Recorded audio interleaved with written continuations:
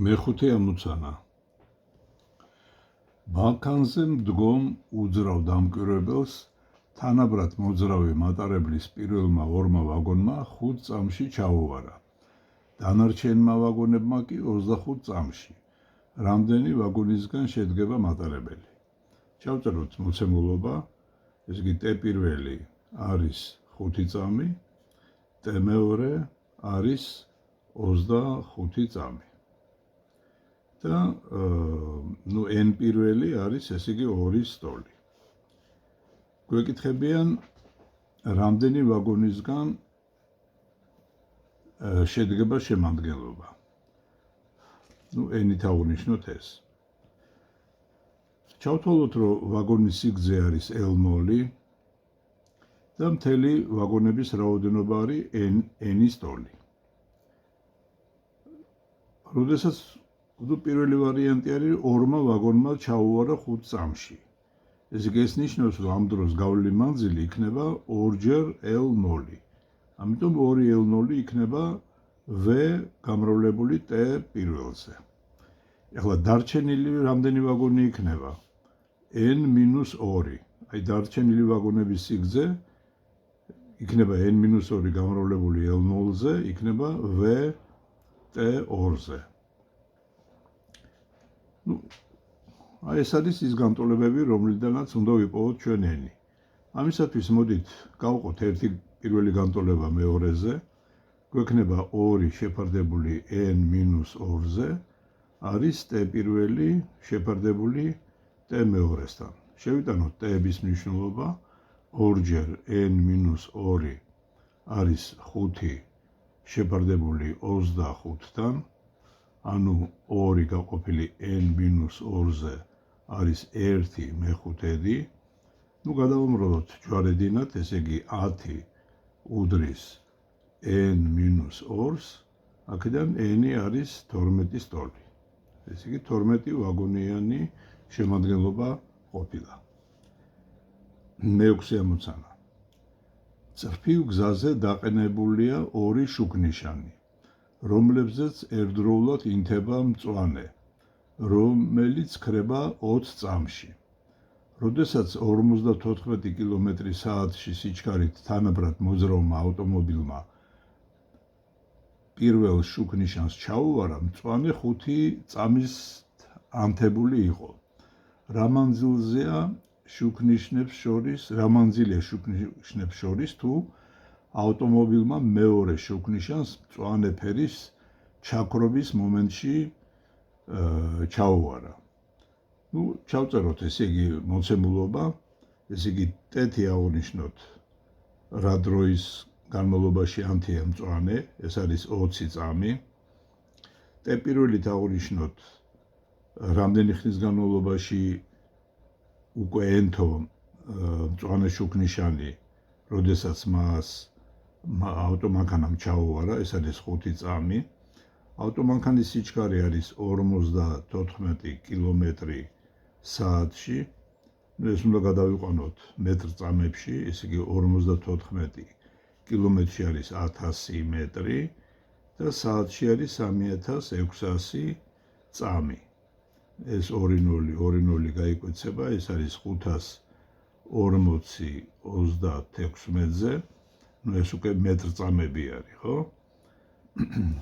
აქეთ გადმოვიტანოთ, ესე იგი ეს უდრის, ეს არის 1.5-15 მეტრ წამში არის სიჩქარე. და რა მანძილზე მდებარეობს მისგან ერთი პირველი შუქნიშანისგან მეორე შუქნიშანი. L-ი არის კითხვის ნიშნის სტოლი. აქ მოდით ესეთი რაღაცა გავაკეთოთ, ესე იგი ეს არის შუქნიშანი, აი თქვათ ეს არის მწვანე ქვედა ნაწილი, ეს არის თქვათ მეორე შუქნიშანი, ეგ არის მწვანე. ესე იგი ეს პირველი მანქანა, როდესაც ეს არის გზა, ხო? ეს მანქანა აი პირველ შუქნიშანს რო ჩაუვარა, ხო? უკვე 5 წამი გავლილი იყო ანთების მომენტიდან. ამიტომ ეს 15 წამის განმავლობაში მოძრაობდა და ნუ ახლა აქ ნახეთ სხვადასხვა ვარიანტები არის. ნუ პირველი ვარიანტი არის რომ ჩავთვალოთ ამ 15 წამში მიუსწრო მეორე შუქნიშანს და ფაქტიურად დაამთავრა ესე იგი ეს თავისი გზა შუქნიშნებს შორის. ამ შემთხვევაში ჩვენ უნდა ჩავთვალოთ რომ აი ეს მანძილი 15 წამში გაიარა. ამიტომ შუქნიშნებს შორის მანძილი იქნება v გამრავლებული ts minus t1.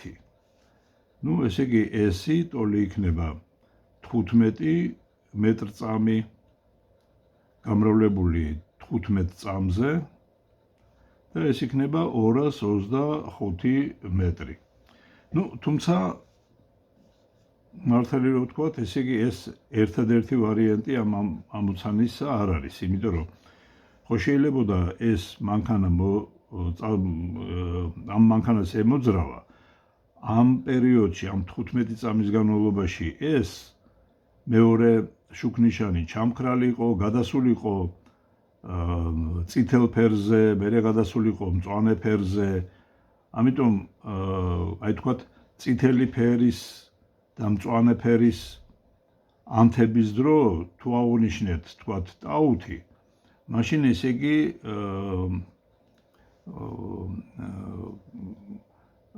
აი მაშინ თქვათ ეს ამოცანა ცოტა სხვანაირად გაკეთდებოდა, რომ ესე იგი ეს ასე თქვათ დრო იქნება 15 წამი, ამასობაში ეს შუქნიშანი ჩაქრა გადაირთო ესე იგი წითელზე, მერე გადაირთო მწვანე ყვითელზე, მერე გადაირთო მწვანეზე, ხო? ამიტომ ესე იგი თქვათ აი ეს ვარიანტები აქ არ იგულისხმება, ესე იგი, ნუ როგორც ჩანს არ გულისხმობს ავტორი ამ ვარიანტებს. ნუ თუ ესეთი ვარიანტები არის, ცხადია ეს ამოცანა არ ამოიხსნებოდა. ნუ უნდა ჩავთვალოთ, რომ აი ფაქტიურად იმ პერიოდში რა დროშიაც თქვათ ეს ანთია და ეს ანთია რა, ესე იგი სანამ ეს ასე თქვათ ჩაქრებოდა, ამასობაში მოასწრო ამ მანქანამ აქ მოსვლა.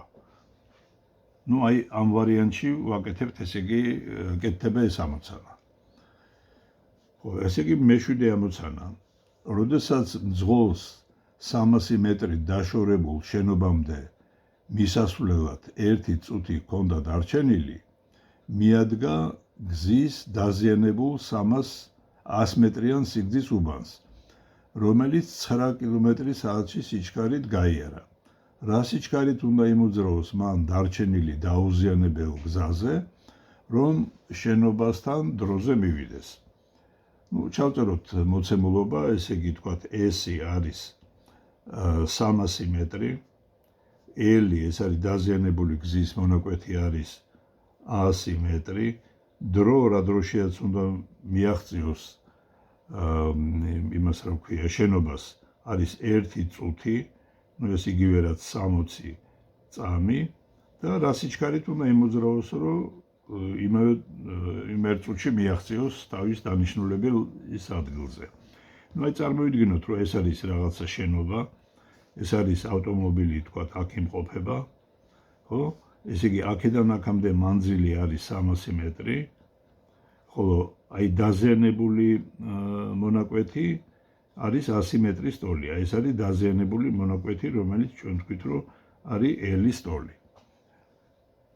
ხო, აი ეს მონაკვეთი მან გაიარა V პირველი სიჩქარით. ესე იგი V პირველი არის 9 კმ/სთ-ში. ნუ გადავიყონოთ ისევ მეტრწამებში, ესე იგი 9000 3600-ზე ეს 2-0 გაიკვეცება, ეს არის 90-36-ზე, ეს არის 2,5 მეტრი წამში. ეს კი აი ეს მანძილი გაიარა 2,5 წამის სიჩქარით. ეხლა რა დრო მოანდომა ამას, ესე იგი T1 იქნება L-ი შეფარდებული აი ამ V1-ზე. ნუ L-ი არის 100 მეტრი, გაყოფილი 2,5-ზე ნუ ეს გამოვა არის ესე იგი 40 წამი. ესე იგი 40 წამი დაჭირდა აქედან აქ მისასვლელად. ესე იგი აი ეს მონაკვეთი ის დარჩენილი 200 მეტრი უნდა გაიაროს T2 უდრის 20 წამში. და ამ მონაკვეთის სიგრძე არის 200 მეტრი, ამიტომ სიჩქარე რითაც აი ამ მონაკვეთზე უნდა იმოძრაოს, იქნება ესე იგი S - L შეფარდებული T-S - T1. ანუ ეს არის 200 მეტრი გაყოფილი 20-ზე და ეს გამოვა 10 მეტრი წამში.